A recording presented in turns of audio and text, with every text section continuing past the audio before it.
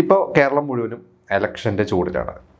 അപ്പോൾ നമ്മളിപ്പോൾ പേപ്പർ എടുത്തു കഴിഞ്ഞാൽ ഇലക്ഷനുമായി ബന്ധപ്പെട്ട വാർത്തകളും കുറേ കാർട്ടൂണുകളും ട്രോളുകളും ഒക്കെ ഇപ്പോൾ സോഷ്യൽ മീഡിയയിലൊക്കെ നമ്മൾ കാണാം.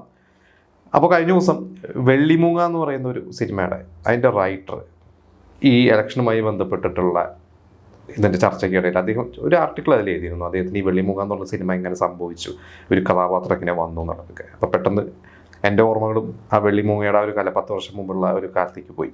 അപ്പോൾ ഞാൻ ആ ഒരു സിനിമയെക്കുറിച്ചും ഈ ഒരു റൈറ്റർ പറഞ്ഞതും അതല്ലാതെയുള്ള കുറേ രസകരമായിട്ടുള്ള കുറച്ച് ഓർമ്മകളൊക്കെ നിങ്ങളോട് ഷെയർ ചെയ്യുന്നത്. ബിജു മേനോൻ എന്ന് പറയുന്ന ഒരു നടൻ നമുക്ക് എന്താ പറയുക, വില്ലനായിട്ടും ക്യാരക്ടർ റോളുകളിലൂടെയും പോലീസ് വേഷത്തിലൂടെയൊക്കെ നമ്മൾ കണ്ടിട്ടില്ല. പക്ഷേ അദ്ദേഹത്തിലൊരു കൊമേഡിയൻ അല്ലെങ്കിൽ നന്നായിട്ട് ഹാസ്യവേഷം കൈകാര്യം ചെയ്യാൻ പറ്റും എന്ന് നമുക്ക് മനസ്സിലാക്കി തന്നൊരു സിനിമ എന്ന് പറയുന്നത് ഓർഡിനറി എന്ന് പറയുന്നൊരു സിനിമയാണ്. അപ്പോൾ ഓർഡിനറി കഴിഞ്ഞിട്ടും ബിജു മേനോൻ കുറച്ച് സിനിമകളൊക്കെ ഈ പറഞ്ഞ പോലെ കുഞ്ചാക്കോപ്പൻ ആ ഒരു കോമ്പോയിലൊക്കെ ചെയ്തിട്ട് ഒരു സോളോ വിജയമൊന്നും ബിജു മേനോൻ ഉണ്ടായിരുന്നില്ല. ആ ഒരു സമയത്താണ് വെള്ളിമൂങ്ങ എന്ന് പറയുന്ന ഒരു സിനിമ സംഭവിക്കുന്നത്.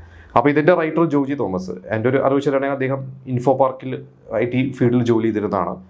അപ്പോൾ അദ്ദേഹം പറഞ്ഞാൽ അദ്ദേഹത്തിൻ്റെ വീട് കണ്ണൂർ ഒരു ഗ്രാമപ്രദേശമാണ്. അപ്പോൾ അവിടെ ഒരു ദിവസം അദ്ദേഹത്തിൻ്റെ വീടിൻ്റെ അടുത്തുള്ള ഒരു വ്യക്തിയാണ് ഇതിലെ മാമച്ചൻ എന്ന് പറയുന്ന കഥാപാത്രം. സിനിമയിൽ മാമച്ചനാണ്, യഥാർത്ഥ ജീവിതത്തിൽ അതിൻ്റെ പേര് മറ്റെന്തോ ഒരു പേരാണ്. അപ്പോൾ ഈ മാമച്ചൻ എന്ന് പറയുന്ന ഒരു വ്യക്തി ഓരോ വർഷവും ഓരോ പാർട്ടിയിൽ ചേരും, ഇലക്ഷൻ നിൽക്കും, പരാജയപ്പെടും. പക്ഷേ എല്ലായിടത്തും ഇങ്ങനെ ഓടി നടക്കുന്ന ഒരു കഥാപാത്രമാണ്. അപ്പോൾ ഒരു ഭയങ്കര രസികനായിട്ടുള്ള ഒരു കഥാപാത്രമാണ് ഇദ്ദേഹം ചെറുപ്പം മുതൽ കാണുന്നതാണ്.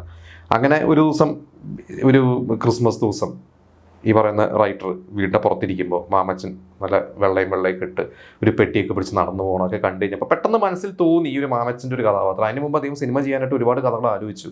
പക്ഷെ മാമച്ചൻ്റെ ഒരു ക്യാരക്ടർ കിട്ടിക്കഴിഞ്ഞപ്പോൾ അത് വെച്ചിട്ടൊരു ആ ഒരു ക്യാരക്ടറിനെ വെച്ചിട്ടൊരു വൺ ലൈൻ റെഡിയാക്കി. അപ്പോൾ ഈ നമ്മൾ അതിൽ കണ്ട അജു വർഗീസിൻ്റെ കഥാപാത്രം, ടിനി ടോമിൻ്റെ കഥാപാത്രവും, ആ ഒരു നമ്മുടെ പഞ്ചായത്ത് പ്രസിഡൻ്റെ കഥാപാത്രവും, ആ വീണ എന്ന് പറഞ്ഞ ആർട്ടിസ്റ്റ്, ഇത് ആ ഒരു കഥാപാത്രമൊക്കെ അദ്ദേഹത്തിൻ്റെ മനസ്സിൽ വന്ന് അങ്ങനെ ഒരു സ്ക്രിപ്റ്റ് ആക്കിയതാണ് ഈ പറയുന്ന വെള്ളിമൂങ്ങ എന്ന് പറയുന്നത്. അപ്പോൾ ഈ നമുക്കറിയാം ജിബു ജേക്കബ്, അദ്ദേഹം ക്യാമറമാനായിട്ട് വന്ന് സംവിധായകനായാണ്. അദ്ദേഹത്തിൻ്റെ സ്വതന്ത്ര സംവിധാന സംരംഭമായിരുന്നു വെള്ളിമൂങ്ങ. അപ്പോൾ അദ്ദേഹം ഒരു ഇൻ്റർവ്യൂവിൽ പറഞ്ഞിരുന്നൊരു കാര്യമുണ്ട്, ഇതിൻ്റെ റൈറ്റർ ജോജി തോമസ് മറ്റൊരു സുഹൃത്ത് വഴി ഈ ഒരു സ്ക്രിപ്റ്റായിട്ട് വന്നു. അപ്പോൾ റൈറ്റർ ജിബു ജേക്കബിൻ്റെ അടുത്ത് വന്നത് ജിബു ജേക്കബ് വഴി വല്ല സംവിധായകരിലേക്ക് എത്താം എന്നുള്ളത്. അപ്പോൾ ജിബു ജേക്കബിനൊന്നും സംവിധാനം ചെയ്യണമെന്ന് അങ്ങനെ വലിയ ആഗ്രഹമൊന്നുമില്ല. അദ്ദേഹം സ്ക്രിപ്റ്റൊക്കെ വായിച്ച് ഇവർ ഒരുമിച്ച് കുറച്ച് കറക്ഷൻസൊക്കെ പറഞ്ഞു, അതിനെ ഒരുമിച്ചെടുത്ത് ഇവർ വീണ്ടും റീവർക്ക് ചെയ്ത് 2-3 സംവിധായകരോട് കഥ പറഞ്ഞു. പക്ഷേ ആ സംവിധായകർക്കൊന്നും ഇതിലൊരു സിനിമ കണ്ടെത്താൻ പറ്റിയില്ല. അപ്പോൾ ജിബു ജേക്കബ് പറഞ്ഞത് ഞാൻ തന്നെ സംവിധാനം ചെയ്യാം എന്ന് പറഞ്ഞ് അദ്ദേഹം സംവിധാനം ചെയ്തിരുന്നു കഴിഞ്ഞപ്പോൾ ഇവരുടെ മനസ്സിൽ റൈറ്റർ പറഞ്ഞു മമ്മൂക്ക ചെയ്താൽ നന്നാവും. അപ്പോൾ ജിബു ജേക്കബ് പറഞ്ഞു മമ്മൂക്ക നന്നാവും, പക്ഷെ അദ്ദേഹം ഇതിന് മുമ്പും നയം വ്യക്തമാക്കുന്ന പോലത്തെ സിനിമകളൊക്കെ ചെയ്തിട്ടുണ്ട്. അപ്പോൾ നമുക്കൊരു കുറച്ചുകൂടി ഒരു ഫ്രഷ്നെസ് വേറെ ആരെങ്കിലും ചെയ്യാം. പിന്നെ മമ്മൂക്ക അന്ന് പറയാം, മമ്മൂക്കയുടെ ഡേറ്റ് കിട്ടുക എന്ന് പറഞ്ഞു കഴിഞ്ഞാൽ പെട്ടെന്ന് പോയാലൊന്നും കിട്ടില്ല. അപ്പോൾ ജിബു ജേക്കബ് പറഞ്ഞ ഞാൻ ഒരു ക്യാമറമാനായിട്ട് എസ്റ്റാബ്ലിഷ് ആണ്, പക്ഷേ ഞാൻ സംവിധായകനായിട്ട് പ്രൂവ് ചെയ്യാത്തതുകൊണ്ട് മമ്മൂക്ക ചിലപ്പോൾ എനിക്ക് ഡേറ്റ് ആകണമെന്ന് ഉറപ്പില്ല. വെറുതെ മമ്മൂക്കയുടെ പിന്നാലെ നടന്ന് ബുദ്ധിമുട്ടിക്കണ്ടല്ലോ. അപ്പോൾ ബിജുമേൻ്റെ പരിചയമുണ്ട്, അപ്പോൾ ബിജുമേനെ വെച്ച് പ്ലാൻ ചെയ്യാം. അപ്പോൾ ഓർഡിനറി ഇറങ്ങി നിൽക്കുന്ന സമയത്തോട് ബിജുമേനെ അതുപോലത്തെ ഒരു കോമഡി റോളൊക്കെ ചെയ്യാൻ പറ്റും എന്നുള്ളത് ബിജുമേൻ്റെ അടുത്ത് പോയി കഥ പറയുന്നു. ബിജുമേനെ ഓക്കെ പറഞ്ഞു. പക്ഷേ ബിജുമേനെ ഓക്കെ പറഞ്ഞിട്ടും പ്രൊജക്റ്റ് ആവാൻ പിന്നെ ഒരു 1.5 വർഷം എടുത്തു. കാരണം പല പ്രൊഡ്യൂസേഴ്സും ബിജുമേനെ നായകനാക്കാൻ തയ്യാറല്ലായിരുന്നു.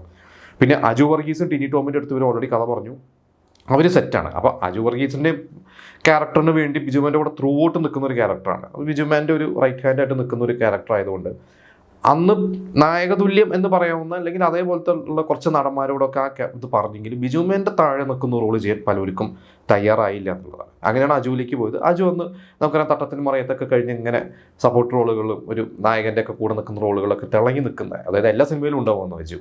അപ്പോൾ അജുവിൻ്റെ അടുത്ത് പറഞ്ഞു, ടിനി ടോമിൻ്റെ അടുത്തും പറഞ്ഞു. അപ്പോൾ രണ്ടുപേരും അവിടെ ഉറപ്പിച്ചു. അപ്പോൾ അവർ രണ്ടുപേരും കൂടെ നിന്നു, ഞങ്ങൾ സിനിമയുടെ ഒപ്പം ഉണ്ടാവുമെന്ന് പറഞ്ഞു.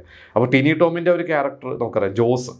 അപ്പോൾ ആ ഒരു ജോസ് എന്ന് പറഞ്ഞൊരു ക്യാരക്ടർ ഇവരുടെ മനസ്സിൽ ആ ഒരു രൂപം ഇവരുടെ മനസ്സിലുണ്ടായത് MB രാജേഷ്, ഇപ്പോഴത്തെ സ്പീക്കർ MB രാജേഷാണ്. ഇപ്പോൾ സ്പീക്കറല്ല, സ്പീക്കറായിരുന്ന MB രാജേഷ്. അദ്ദേഹത്തിനെയാണ് ഇതിൽ എന്താ പറയുക ആ ഒരു മനസ്സിൽ രൂപം ഉദ്ദേശിച്ചിരുന്നത്. അപ്പോൾ ആ കണ്ണൂരുകാരനാണ് നമുക്കറിയാം അദ്ദേഹം. അപ്പോൾ സ്വഭാവമല്ല, ആ ഒരു രൂപം കണ്ണടയൊക്കെ വെച്ച് ചെറിയൊരു കുറ്റിത്താടിയൊക്കെ വെച്ചിട്ടുള്ള MB രാജേഷിൻ്റെ ഒരു രൂപം. അപ്പോൾ അങ്ങനെയാണ് ടിനി ടോമിൻ്റെ ക്യാരക്ടർ സെറ്റ് ചെയ്തു. പിന്നെ വേറൊരു പ്രൊഡ്യൂസറും കാര്യങ്ങളൊക്കെ വന്നു കഴിഞ്ഞപ്പോഴാണ് ആ ഒരു സിനിമ ഓണായത്. ആ ഒരു സിനിമ എൻ്റെ ഒരു ഓർമ്മ ശരിയാണെങ്കിൽ കുറേ വർഷം മാസങ്ങൾ എടുത്തിട്ടുണ്ട്. കാരണം ഈ ഒരു സിനിമ 2014 സെപ്റ്റംബറിലാണ് തിയേറ്ററുകളിലേക്ക് എത്തുന്നത്. അന്ന് വലിയൊരു ഓളമൊന്നും ഇല്ലാതെയാണ് ആ ഒരു സിനിമ എന്ന് പറയുന്നത്. എനിക്ക് ഓർമ്മ ഞാനത് റിലീസ് ദിവസം എറണാകുളത്താണ്, സരിത തിയേറ്ററായിരുന്നു എന്നാണ് ഓർമ്മ. അന്ന് ഫഹദിനെ തന്നെ മറ്റൊരു സിനിമ റിലീസ് ചെയ്തിരുന്നു, മണിരത്നം എന്ന് പറയുന്ന സിനിമ എന്നുള്ള ഓർമ്മ. അപ്പോൾ 2 സിനിമയും ഒന്ന് തിയേറ്ററിൽ ഫഹദിൻ്റെ സിനിമയ്ക്കായിരുന്നു അന്നൊരു ഇനീഷ്യൽ ഉണ്ടായിരുന്നത്. പക്ഷേ ഈ വെള്ളിമൂങ്ങിക്ക് അങ്ങനെ വലിയ തിരക്കൊന്നും ഇല്ലായിരുന്നു.